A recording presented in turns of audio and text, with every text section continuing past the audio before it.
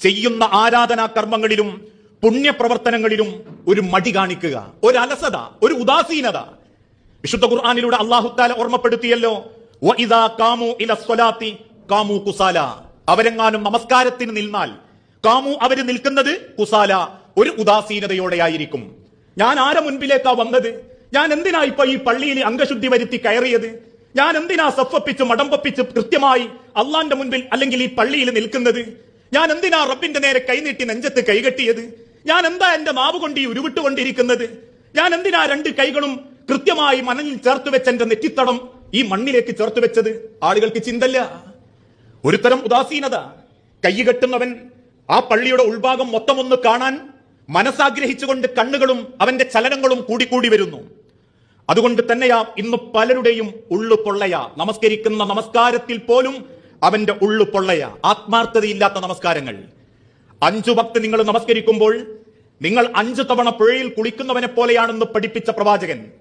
ഓരോ കുളിയും കഴിഞ്ഞ് കരയിലേക്ക് കയറുമ്പോൾ നിങ്ങൾ ഉറപ്പിക്കണം, അടുത്ത കുളിക്കാൻ എന്റെ ശരീരത്തിൽ അഴുക്കുണ്ടില്ല, ഉണ്ടാവില്ല എന്ന് ഉറപ്പിക്കേണ്ട മുസ്ലിം സമുദായത്തിലെ 5 നിസ്കാരക്കാർക്ക് പോലും ആ 5 നിസ്കാരത്തിന്റെ മഹത്വം ആത്മാർത്ഥതയോടെ കാണിക്കാൻ സാധിക്കുന്നില്ല. ഈമാനിന്റെ ദുർബലതയാ. ചൈതന്യമില്ലാതെ നിർവഹിക്കുന്ന ആളുകൾ ആലോചിച്ചു നോക്കൂ. പല സന്ദർഭത്തിലും നമ്മൾക്ക് തന്നെ ചിന്തിക്കാറില്ലേ? നമ്മളെ പറ്റി തന്നെ ഒന്ന് ചിന്തിച്ചു നോക്കിയാൽ മതി. ഈ തൊട്ടു മുൻപ് നിസ്കരിച്ച നിസ്കാരത്തില് എത്ര ആത്മാർത്ഥതയോടെ ആ നിസ്കാരത്ത് പങ്കെടുക്കാൻ നമ്മളെ കൊണ്ട് സാധിച്ചിട്ടുണ്ട്. ഞാനും പടച്ചോനും തമ്മിലുള്ള ഒരു സംഭാഷണത്തിന് വരികയാണ്. ഒരു ഫോൺ അടിയുമ്പോൾ നമ്മളെ നെഞ്ചിന്റെ ഉള്ളിൽ ബേജാറാകും. ആരോ എന്നോട് സംസാരിക്കാൻ ആഗ്രഹിക്കുന്നുണ്ട്. ഞാൻ പെട്ടെന്ന് സലാം വെട്ടിയിട്ടിന്റെ ഫോൺ എടുത്തു നോക്കും, എന്നോട് സംസാരിക്കാൻ ആഗ്രഹിക്കുന്നവൻ ആരാന്നറിയാൻ. എങ്കിൽ അതേ റബ്ബ് നമ്മളെ കാത്തിരിക്കുക, നമ്മളെ സംസാരങ്ങൾ കേൾക്കാൻ, നമ്മൾ അള്ളാന്റെ മുൻപിൽ തെറ്റി ചേർത്ത് വെച്ച് നമ്മളെ ഹൃദയം പിടയ്ക്കുന്നത് കാണാൻ. ആ കാത്തിരിക്കുന്ന റബ്ബിനോടുള്ള സംസാരത്തിന്റെ നിമിഷങ്ങൾ പോലും നമുക്ക് ഹൃദയത്തോടുകൂടി ചേർത്ത് വെക്കാൻ സാധിക്കുന്നില്ലെങ്കിൽ അതോടൊപ്പം തന്നെയാ ആ നമസ്കാരത്തിന്റെ വിശിഷ്ടമായ സമയം അതൊന്നും പലർക്കും ഇല്ല. ജമാഅത്തിന് പള്ളിയിലേക്ക് വരുന്ന ആളുകൾക്ക് മഗ്രിബും ഇശാഇന്റെയും ജമാഅത്ത് കിട്ടുന്നുണ്ട് എന്നല്ലാതെ പല വീടുകളിലും ജമാഅത്തിന്റേത് പോട്ടെ, നിസ്കാരത്തിന് അള്ള നിശ്ചയിച്ച സമയം പോലും, ആ വിശിഷ്ടമാക്കപ്പെട്ട സമയം പോലും പലരും പാലിക്കാറില്ല. മഗ്രിബ് ബാങ്ക് കൊടുക്കുന്നത് വരെ ളുഹ്ർ അസറിന് വേണ്ടി കാത്തിരിക്കുന്നവര്, അസർ ബാങ്ക് കൊടുക്കൂല എന്നുള്ള നിമിഷം എത്തുന്നത് വരെ ളുഹ്ർ നിസ്കരിക്കാൻ കാത്തിരിക്കുന്നവര്, സുബ്ഹിക്ക് ബാങ്ക് കൊടുത്ത് ആ സുബ്ഹിക്ക് പള്ളിയിലേക്ക് നേരത്തെ എത്തി ഒരു 2 റക്അത്ത് സുന്നത്ത് നിസ്കരിച്ച് കുറച്ച് ഖുർആനൊക്കെ ഒന്ന് ഓതി ആ നിസ്കാരത്തിലേക്ക് ഞാൻ അങ്ങോട്ട് കയറട്ടെ എന്ന് ചിന്തിക്കുന്നതിന് പകരം 5:12 ബാങ്കെങ്കിൽ 5:24 ജമാഅത്തെങ്കിൽ 5:23 വിട്ടുനിറങ്ങുന്നവര്. പല വീടുകളിലും 6 മണിക്കും 6:30 മണിക്കും 7 മണിക്കും 7:30 മണിക്കും 8 മണിക്കും ആ അള്ളാഹുവിന്റെ മാർഗത്തിലുള്ള സുബ്ഹി നിസ്കാരം നിർവഹിക്കുന്നവര്. പരിശുദ്ധമാക്കപ്പെട്ട ഹജ്ജിനും അതുപോലെയുള്ള ഇബാദത്തുകൾക്കും ജിഹാദുകൾക്ക് പോലും മനസ്സുകൊണ്ട് താല്പര്യം പ്രകടിപ്പിക്കാത്തവര്. എന്റെ പ്രിയപ്പെട്ട സഹോദരങ്ങളെ, ഒന്ന് ചിന്തിച്ചു നോക്കൂ. ഈ കഴിഞ്ഞ ഒരു മാസത്തിന്റെ ഇടയ്ക്ക് നമ്മളെ ശരീരം കൊണ്ട് പടച്ചോന് നടത്തിയ ഒരു ജിഹാദ് എന്താ? അള്ളാഹ്ക്ക് വേണ്ടി നമ്മളെടുത്തൊരു പണി, എന്റെ പടച്ചോന്റെ മാർഗത്തിന് വേണ്ടി, എന്റെ പ്രവാചകന്റെ മാർഗത്തിന് വേണ്ടി എന്ന് ചിന്തിച്ചൊരു ജിഹാദ്. മഹാനായ പ്രവാചകൻ സല്ലല്ലാഹു അലൈഹി വസല്ലമ തന്റെ വിടവാങ്ങൽ പ്രസംഗം നടത്തുന്ന അറഫ മൈതാനിയിൽ 1,00,000-ൽ പരം സഹാബത്ത് എന്ന ഖുതുബ കേൾക്കാനുണ്ട്. ആ ഖുതുബയുടെ അവസാനം റസൂലുള്ള സഹാബത്തിന് ബോധ്യപ്പെടുത്തി കൊടുത്തു, ഹാജരുള്ളവർ ഹാജരില്ലാത്തവർക്ക് ഇത് അറിയിച്ചു കൊടുക്കട്ടെ. ആ പ്രസംഗം കഴിഞ്ഞിറങ്ങുന്ന സഹാബാക്കൾ വീട്ടിൽ ചെന്ന് എടുക്കാവുന്നത്ര സാധനമെടുത്ത് അവരുടെ ഒട്ടകത്തിന്റെ മുഖം എങ്ങോട്ടാണോ തിരിഞ്ഞത് അങ്ങോട്ട് അവർ പുറപ്പെട്ടു. 1,00,000-ൽ പരം സഹാബത്ത് അന്ന് ഖുതുബ കേട്ടതെങ്കിൽ ഇന്ന് മക്കയിലും മദീനയിലുമായി 15,000 സഹാബത്തിന്റെ കബറേ ഉള്ളൂ. ബാക്കി 1,00,000 സഹാബത്തിന്റെ കബറവിടെ. രാജ്യങ്ങൾ മുഴുവനും അവർ ഭേദിച്ചു മുന്നേറി, കടലുകൾ താണ്ടി, കച്ചവടം എന്ന ഉപജീവനത്തിന്റെ പിന്നിലൂടെ അള്ളാന്റെ ദീനിനു വേണ്ടി അവർ പണിയെടുത്തു. ഇന്ന് നമ്മൾ വിശ്വസിക്കുന്ന ഈ ആദർശത്തിന്റെ വിശ്വാസം പോലും ഈ കേരള മണ്ണിലെത്തിയത് മാലിക്കുദ്ദീനാറിന്റെ കൂട്ടരുടെ ചരിത്രത്തിലൂടെയാണെങ്കിൽ, കടലും അല്ലെങ്കിൽ ജീവിതത്തിന്റെ സർവ്വ സൗഭാഗ്യങ്ങളും വേണ്ടെന്ന് വെച്ച് അള്ളാന്റെ ദീനിനു വേണ്ടി അവർ നടത്തിയ ത്യാഗ, അവര് നടത്തിയ ജിഹാദ് ഞാനും നിങ്ങളോ? പടച്ച റബ്ബിന്റെ ദീനിനു വേണ്ടി ഒന്ന് കൈമെയ്യനങ്ങാൻ നമ്മളിൽ എത്ര ആളുകൾക്ക് സാധിച്ചു? ഈമാനിന്റെ ദൗർബല്യമാ, ഈമാനിന്റെ ദുർബലതയാ. അതുകൊണ്ട് തന്നെയാ നമ്മൾ ഓരോരുത്തരും ചിന്തിക്കേണ്ടതും ആ ദുർബലത എന്നെയും നിങ്ങളെയും ജീവിതത്തിലേക്ക് നീക്കിക്കൊണ്ടിരിക്കുകയാണ്. മഹാനായ പ്രവാചകൻ സല്ലല്ലാഹു അലൈഹി വസല്ലം ഓർമ്മപ്പെടുത്തി, ലാ യസാലു ഖൗമുൻ യതഅഖറൂന അൻ സഫിൽ അവ്വലി. ലാ യസാലു ഖൗമുൻ, ഒരു ജനത ആയിക്കൊണ്ടേയിരിക്കും, യതഅഖറൂന അൻ സഫിൽ അവ്വൽ, ഒന്നാമത്തെ സഫിൽ നിന്നും അവരിങ്ങനെ പിന്തി നിൽക്കും. ഒന്നാമത്തെ സഫ് കിട്ടട്ടെ എന്ന ആഗ്രഹത്തിലല്ല അവർ പള്ളിക്ക് പോലും ജമാഅത്തിന് പോലും വരുന്നത്. ജമാഅത്തിന് കൂടണം, അതുകൊണ്ട് 5:24 4:10 ആണെങ്കിൽ 4:09 വരും, അല്ലെങ്കിൽ അതിനൊന്ന് വന്ന് പങ്കെടുത്ത് സലാം വീട്ടി പോകും. ഒന്നാമത്തെ സഫിൽ നിന്നും എന്റെ ജനതയിൽ പിന്തി നിൽക്കുന്ന ആളുകൾ ഹത്താ അവരേതുവരെ മാറി നിൽക്കും യുഖ്ലിഫഹുമുല്ലാഹു ഫിന്നാർ അള്ളാഹു അവരെ നരകത്തിലേക്ക് കൊണ്ടുപോകുന്നത് വരെ ആ ജമാഅത്തിനും ആ ഹജ്ജിനും അങ്ങനെയുള്ള നല്ല നല്ല കാര്യങ്ങൾ നിന്നൊക്കെ അവർക്കൊരു മടിയായിരിക്കും. മേല് വേദനയാകുന്ന, ക്ഷീണം സംഭവിക്കുന്ന, അല്ലെങ്കിൽ കുറച്ച് പ്രയാസം ഉണ്ടാക്കുന്ന ഒരു കാര്യത്തിലും അവരുണ്ടാവില്ല. ബാക്കി എല്ലാ കാര്യത്തിലും അവർ മുൻപന്തിയിലുണ്ടാകും. പ്രത്യേകിച്ച് ഇപ്പോഴൊക്കെ നമ്മൾ പറയാറുണ്ട് സുബിയൊക്കെ കുറെ നേരത്തെയാണ്, അതിനൊക്കെ ഒന്ന് എഴുന്നേറ്റ് ജമാഅത്തിനൊക്കെ ഒന്ന് വരിക എന്ന് പറഞ്ഞാൽ അത്ര ഈമാനുള്ളവനൊക്കെ നടക്കൂ. അതുകൊണ്ട് തന്നെ ചില ആളുകൾക്ക് ഏത് കാര്യത്തിലും മൊത്തത്തിൽ നമ്മുടെ ജീവിതത്തിൽ ഒന്ന് ചിന്തിച്ചു നോക്കി, ഏത് ഇബാദത്തിലാ നമ്മളൊരു ആത്മാർത്ഥമായിട്ട് റബ്ബിന്റെ മുൻപിൽ ആ ഇബാദത്ത് ചെയ്തത് എന്ന്. നമ്മളെ നമസ്കാരം, നമ്മളെ ഹജ്ജ്, നമ്മളെ നോമ്പ്, നമ്മളുടെ ഉംറ. ഇന്നൊക്കെ നാട്ടിൽ കുറെ ഹാജിമാരുണ്ട് ഇപ്പോഴും അള്ളാന്റെ മാർഗത്തിൽ നിന്ന് വ്യതിചലിച്ച് ജീവിച്ചുകൊണ്ടിരിക്കുന്നവര്. ഒരു പരിശുദ്ധമാക്കപ്പെട്ട കഅബാലയത്തിന്റെ ചുറ്റും തവാഫ് ചെയ്ത് നാട്ടിലെത്തിയിട്ടും അള്ളാഹുവിന്റെ ദീനിനെ നെഞ്ചോട് ചേർത്ത് ജീവിക്കേണ്ടതിനു പകരം പോയ കാലഘട്ടത്തിലെ അതേ പാരമ്പര്യം അനുസരിച്ച് തന്നെ ജീവിക്കാനാണെങ്കിൽ ഈമാനിന്റെ ദുർബലതയാ. എത്ര ഉംറക്കാരാ നമ്മുടെ കൂട്ടത്തിലുള്ളത്? ഒരുപക്ഷെ ഈ കൂട്ടത്തിലെ പലരും ഉംറ ചെയ്തിട്ടുണ്ട്, ഞാനടക്കം. അതിന്റെ ഗുണം നമ്മുടെ ജീവിതത്തിലുണ്ടോ? അതിന്റെ ഭംഗി നമ്മുടെ ജീവിതത്തിലുണ്ടോ?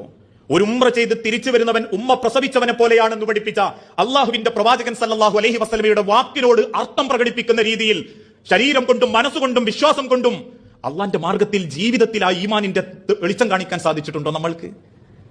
എന്നാൽ സഹാബാക്കൾ കാണിച്ചിട്ടുണ്ട്. അവര് ഈമാൻ നേടിയിട്ടുണ്ടെങ്കിൽ പിന്നെ അവരതിനെ തിരുത്തിയിട്ടില്ല. പിന്നെ എന്ത് സങ്കടം വന്നാലും അവരത് നിർവഹിച്ചിട്ടുണ്ട്. അതുകൊണ്ടാ അള്ളാഹുവിന്റെ പ്രവാചകൻ സല്ലല്ലാഹു അലൈഹി വസല്ലമയുടെ കൂടെ യുദ്ധത്തിന് പോകുമ്പോൾ പോലും അവർ നിസ്കാരം ഉപേക്ഷിച്ചിട്ടില്ല. ഒന്നാമത്തെ സഫിനെ സുജൂദിലേക്ക് വിടുമ്പോൾ രണ്ടാമത്തെ സഫിനോട് നേരെ നിൽക്കാൻ പറഞ്ഞു അള്ളാന്റെ റസൂലുള്ളാഹ്. ഒന്നാമത്തെ സഫ് എഴുന്നേറ്റ് നിന്നപ്പം പിന്നിലെ സഫിനോട് സുജൂദ് പോകാൻ പറഞ്ഞു. ചിന്തിക്കാൻ പറ്റുമോ നമുക്ക്? വീട്ടിലൊരു കല്യാണം തീരുമാനിച്ച നിസ്കാരത്തിന്റെ സമയം തെറ്റുന്ന ഇന്നത്തെ കാലഘട്ടത്തിൽ ഒരേലും കുടുംബത്തിൽ ഒരു വീട്ടുകൂടലുണ്ടെങ്കിൽ അന്നത്തെ മുഴുവൻ നിസ്കാരവും വേണ്ടാന്ന് വെക്കുന്ന കുടുംബങ്ങൾക്ക് മുൻപിൽ ഈമാനിന്റെ കരുത്ത് കാണിച്ചു സഹാബാക്കള്. അതാ ഈമാനിന്റെ വെളിച്ചം. അല്ല അതങ്ങനെയൊക്കെ മതി, നമുക്ക് തോന്നുന്ന സമയത്തും തോന്നുന്ന കോലത്തിലും നിർവഹിച്ചാൽ മതി എന്നൊക്കെ ഒരു തീരുമാനത്ത് പോകുകയാണെങ്കിൽ അള്ളാഹുവിന്റെ റസൂൽ സല്ലല്ലാഹു അലൈഹി വസല്ലമ ഓർമ്മപ്പെടുത്തി, തീർച്ചയായും നിങ്ങളുടെ ഈമാനിന് എന്തോ ദുർബലതയുണ്ട്. ആ ദുർബലത ഒരിക്കലും നിങ്ങളെ സ്വർഗത്തിലേക്ക് എത്തിക്കൂല. അതുകൊണ്ട് സഹാബാക്കളോട് ചോദിച്ചു, റസൂലേ, ആ ദുർബലത ഈമാനിനുണ്ട്, അങ്ങനെ ആരാധനകളിൽ ഒരു ദുർബലത ഉണ്ട് എന്നുള്ളതിന്റെ ഏറ്റവും പ്രകടമായ ഒരു തെളിവെന്താ? നബി സല്ലല്ലാഹു അലൈഹി വസല്ലം പുഞ്ചിരിയോടെ പറഞ്ഞു, അവൻ പഠിച്ചത് സെക്കൻഡ് വ്യത്യാസത്തിൽ അവൻ മറന്നു കളയും. സെക്കൻഡ് വ്യത്യാസത്തിൽ അവൻ അതിനെ നിഷേധിച്ചു കളയും. ഇവിടുന്ന് ഖുർആൻ ക്ലാസ് ഒക്കെ കേട്ട് പുറത്തിറങ്ങുമ്പോഴേക്കും അവൻ കളവ് പറഞ്ഞു തുടങ്ങിയിട്ടുണ്ടാവും. കളവ് പറയാൻ പാടില്ല എന്നവൻ അറിയെങ്കിലും അവനെ പറഞ്ഞു തുടങ്ങിയിട്ടുണ്ടാവും. അത്ര വേഗം അവന്റെ മനസ്സിന്ന് ഈമാൻ, ആ ദൗർബല്യം ആ ഈമാനിനെ നശിപ്പിച്ചു കളയും. പ്രിയപ്പെട്ട സഹോദരങ്ങളെ, നമ്മളെ ജീവിതത്തിലെ ഓരോ ആരാധനാ കർമ്മങ്ങളിലും നമ്മൾ ചെയ്യുന്ന ഓരോ ഇബാദത്തുകളിലും അത് അള്ളാഹുവിനോട് ഏറ്റവും കൂടുതൽ ഹൃദയം തുറന്ന് നിർവഹിക്കാൻ സാധിക്കുമ്പോൾ മാത്രമേ നമ്മൾക്കത് അള്ളാഹു ഇഷ്ടപ്പെട്ട രീതിയിൽ നിർവഹിക്കാൻ സാധിക്കൂ. പലപ്പോഴും നബി സല്ലല്ലാഹു അലൈഹി വസല്ലമയുടെ നമസ്കാരത്തെ പറ്റി പറയുമ്പം സഹാബാക്കളുടെ ചരിത്രം കേൾക്കുന്ന നമ്മൾ ചിന്തിച്ചു പോകാറില്ലേ, അസീസുൽ മുർസലി മിനൽ ബുഖാ. റസൂലുള്ളാഹി സല്ലല്ലാഹു അലൈഹി വസല്ലമ നെഞ്ചത്ത് കൈകെട്ടി നിസ്കരിക്കുമ്പം തിളയ്ക്കുന്ന ചട്ടിയിലുള്ള വെള്ളത്തിന്റെ ബുളുബുളു ശബ്ദമാ റസൂലുള്ളാന്റെ നെഞ്ചിന്റെ ഉള്ളിൽ നിന്ന് ഞങ്ങൾ കേട്ടത് എന്ന്. ഭയപ്പാടുകൊണ്ടും ബേജാറുകൊണ്ടും പടച്ചോന്റെ മുൻപിൽ നിൽക്കുന്ന ആ ആത്മാർത്ഥത, അത്രമാത്രം ജീവിതത്തിന്റെ നിഷ്കളങ്കത. എന്റെ വാപ്പയെ ഇമാമത്ത് നിർത്തിയാൽ പിന്നിലുള്ളവർ കരച്ചിലല്ലാതെ വേറൊന്നും കേൾക്കൂല നബിയെ എന്ന് ആയിഷ ബീബി റളിയല്ലാഹു തആല അൻഹ എന്ന നമ്മളെ ഉമ്മ റസൂലുള്ളാഹിനോട് അവസാന ശ്വാസത്തിന്റെ ഇടക്ക് പറഞ്ഞപ്പം അള്ളാഹുവിന്റെ പ്രവാചകൻ അബൂബക്കർ സിദ്ദീഖിനെ ഇമാമത്ത് നിർത്താൻ കൽപ്പന കൊടുത്ത രംഗം. താൻ കുത്തേറ്റ് വീണ സമയത്ത് പോലും തന്നെ താങ്ങിപ്പിടിച്ച ആത്തിക ബീവിയോട്, ആത്തിക അവരോട് ജമാഅത്ത് നിർവഹിക്കാൻ പറ, എന്നിട്ട് എന്നെ പരിഗണിച്ചാൽ മതി എന്ന് ആത്തിക ബീവിന്റെ മുഖത്ത് നോക്കി പറഞ്ഞ 21 രാജ്യങ്ങളെ ഏകോപിപ്പിച്ച് ഭരിച്ച അൾട്ടിമേറ്റ് ഹീറോ ഉമർ ഇബ്നുൽ ഖത്താബ് റളിയല്ലാഹു അൻഹു കൊല്ലാൻ വേണ്ടി കൊണ്ടുവരപ്പെട്ട് കൺമുൻപിൽ നിർത്തി 69 കൂട്ടുകാരെയും അരിഞ്ഞു തള്ളിയ ശത്രുവിന്റെ മുഖത്തു നോക്കി എനിക്ക് 2 റക്അത്ത് നിസ്കരിക്കണമെന്ന് ശത്രുവിന്റെ മുഖത്തു നോക്കി പറഞ്ഞ ഹുദൈഫ റളിയല്ലാഹു അൻഹുവിന്റെ വിശ്വാസം, ഈമാൻ. ചുട്ടുവൈത്ത മരുഭൂമിയിൽ മലർത്തിക്കിടത്തി നെഞ്ചത്ത് വലിയ പാറക്കല്ലുകൾ വെച്ച് ചാട്ടവാറുകൊണ്ട് ശത്രു തല്ലിയപ്പോഴും അടിക്കുന്ന ശത്രുവിന്റെ കണ്ണിൽ നോക്കി തൊലി പൊളിഞ്ഞിട്ടും അല്ലാഹു അക്ബർ എന്ന് പറഞ്ഞ ബിലാൽ ഇബ്നു റബാഹ റളിയല്ലാഹു അൻഹുവിന്റെ ഈമാൻ. വെള്ളത്തിൽ മുക്കിപ്പിടിച്ച് ശ്വാസം മുട്ടിച്ച് മുകളിലേക്ക് എടുക്കുമ്പം ആഞ്ഞു വലിക്കുന്ന ശ്വാസത്തോടൊപ്പം മുക്കിപ്പിടിച്ച ശത്രുവിന്റെ കണ്ണിൽ നോക്കി അല്ലാഹു അക്ബർ എന്ന് പറഞ്ഞ അമ്മാർ ഇബ്നു യാസർ റളിയല്ലാഹു അൻഹുവിന്റെ ഈമാൻ. നമസ്കരിച്ച് സലാം വീട്ടി എഴുന്നേറ്റോടുന്ന സ്വഹാബിയോട് നിനക്ക് ദിക്ർ ചെല്ലാൻ നേരമില്ല എന്ന് പെറുപ്പോടെ തിരുദൂതൻ ചോദിക്കുമ്പം അള്ളാന്റെ റസൂലേ, എന്റെ മക്കൾ പട്ടിണിയാണെന്നും അയൽപ്പക്കക്കാരന്റെ ഈത്തപ്പഴം കൊലച്ചിട്ടുണ്ട്, അത് എന്റെ പറമ്പിലേക്ക് വീണാൽ എന്റെ മക്കളെടുത്ത് തിന്നും നബിയെ, എന്റെ മക്കളെ കൊണ്ട് ഞാൻ ആ ഹറാമ് തീറ്റിക്കില്ലെന്ന് പറഞ്ഞ ആ സ്വഹാബിയുടെ ഈമാൻ. ആ ഈമാനാ അള്ളാഹ് നമ്മളേന്ന് ആവശ്യപ്പെട്ട്. പക്ഷെ നമുക്ക് ഈമാനുണ്ട്, നിസ്കാരവും ഉണ്ട്, സ്വഭാവവും ജീവിതവും വേറെ വഴിക്ക് പോയിക്കൊണ്ടിരിക്കുക. അതുകൊണ്ട് തന്നെ നിസ്കാരത്തിൽ ഒരു ആത്മാർത്ഥതല്ല. ഓരോ ആഴ്ചയിലും 10-50,000 ഹാജിമാരും ഉംറമാരും കേരളത്തിൽ ഇറങ്ങുന്നുണ്ട്. ഓരോ മാസവും 10-200 ആൾ നമ്മളെ കൂട്ടത്തുനിന്ന് പോയി വരുന്നുണ്ട്. അതിന്റെ ഗുണവും അതിന്റെ നന്മയും നമ്മളെ ജീവിതത്തിലും നാട്ടിലും കുടുംബത്തിലും നടക്കുന്നില്ലെങ്കിൽ ഒരൊറ്റ കാരണമേ ഉള്ളൂ. നാട്ടിൽ 45 ലക്ഷത്തിന്റെ പള്ളി ഉണ്ടായിട്ടും 45 പേരെ സഫപ്പിക്കാൻ പറ്റുന്നില്ലെങ്കിൽ അതിനൊറ്റ കാരണമേ ഉള്ളൂ, ഈമാനിന്റെ ദുർബലത. ആ ഈമാൻ ശരിയായിട്ടില്ല. ഇക്കണ്ട കാലങ്ങൾ അത്രയും 40 വയസ്സ് വരെ 30 വയസ്സ് വരെ പടച്ച റബ്ബ് ശ്വാസം എന്ന മഹാനുഗ്രഹം ഒരു ലാഭവും ചോദിക്കാതെ കൃത്യമായി തന്നിട്ടും ഒരു തവണയെങ്കിലും അള്ളാഹുവിന്റെ ഭവനത്തിൽ ചെന്ന് നെഞ്ചു പൊട്ടി പടച്ച റബ്ബിന്റെ മുൻപിൽ സുജൂദ് ചെയ്ത് ആത്മാർത്ഥത പ്രകടിപ്പിക്കാൻ നമ്മളെ കൊണ്ട് പറ്റുന്നില്ലെങ്കിൽ ഒരു കാരണമേ ഉള്ളൂ, ഈമാനിന്റെ ദുർബലത. ഈമാൻ അങ്ങോട്ട് ശക്തിയായിട്ടില്ല. നമ്മളെ കുടുംബത്തിലും നമ്മളെ മക്കളിലും നമ്മളെ ജീവിതത്തിലും. മദ്രസയിലേക്ക് വിടുന്ന രക്ഷിതാക്കൾക്ക് പോലും മദ്രസയിൽ മാത്രം മതി ഇസ്ലാമിന്റെ വസ്ത്രം എന്ന് ചിന്തിക്കുന്നിടത്ത് ദുർബലത ആരംഭിച്ചു തുടങ്ങും.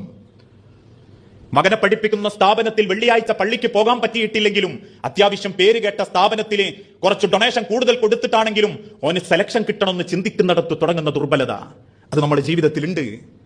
അതുകൊണ്ട് തന്നെ അള്ളാന്റെ മുൻപിൽ ചെയ്യുന്ന ഒരു ഇബാദത്തിന് പോലും, ഒരു പുഞ്ചിരിക്ക് പോലും നമുക്ക് ആത്മാർത്ഥത കാണിക്കാൻ പറ്റുന്നില്ല. ഒരു ഖുർആനോത്ത് പോലും നമ്മളെ സ്വാധീനിക്കുന്നില്ല. മദീന പള്ളിയിൽ നിസ്കരിക്കാൻ തൊട്ടു മുൻപ് ഖുർആൻ ഓതുന്ന സഹാബാക്കളിൽ പലരും വാവിട്ട് കരയുന്ന കണ്ട് റസൂൽ ചോദിച്ചെന്തേ? ഒരായത്ത് ഞങ്ങൾക്ക് സഹിക്കുന്നില്ല നബിയെ. ഏതാ ആയത്ത്? യാ അയ്യുഹല്ലദീന ആമനൂ ഖൂ അൻഫുസകും വഅഹ്ലികും നാറാ വഖൂദുഹൻ നാസു വൽ ഹിജാറ അലൈഹാ മലായികത്തുൻ ഗിലാദുൻ ശിദാദുൻ ലാ യഅസൂനല്ലാഹ മാ അമറഹും വയഫ്അലൂന മാ യുഅ്മറൂൻ. നിങ്ങളുടെ കുടുംബത്തെ പറ്റി പടച്ചവന്റെ ചോദ്യം നിങ്ങൾ ഭയപ്പെട്ടോ?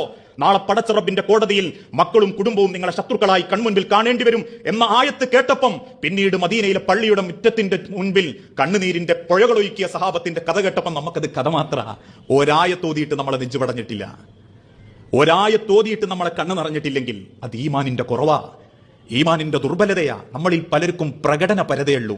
ആൾക്കാരെ മുൻപിൽ ഒരു ഈമാനും മുത്തക്കി നല്ല ഇസ്ലാഹി പ്രവർത്തകൻ, ഞാൻ കുറ്റം പറയാൻ ആർക്കും തോന്നരുത് കേട്ടോ. ഞാൻ അടക്കമുള്ള ആളുകളെയാണ് ഞാൻ ഉപമിക്കുന്നത്. അല്ലാതെ ഞാൻ ഇതൊക്കെ തികഞ്ഞവനും എന്റെ മുൻപിലിരിക്കുന്ന നിങ്ങളൊന്നും ഇല്ലാത്തവരും എന്നൊരിക്കലും എന്റെ വാക്കിനങ്ങൾ ദുർവ്യാഖ്യാനം ചെയ്യരുത്.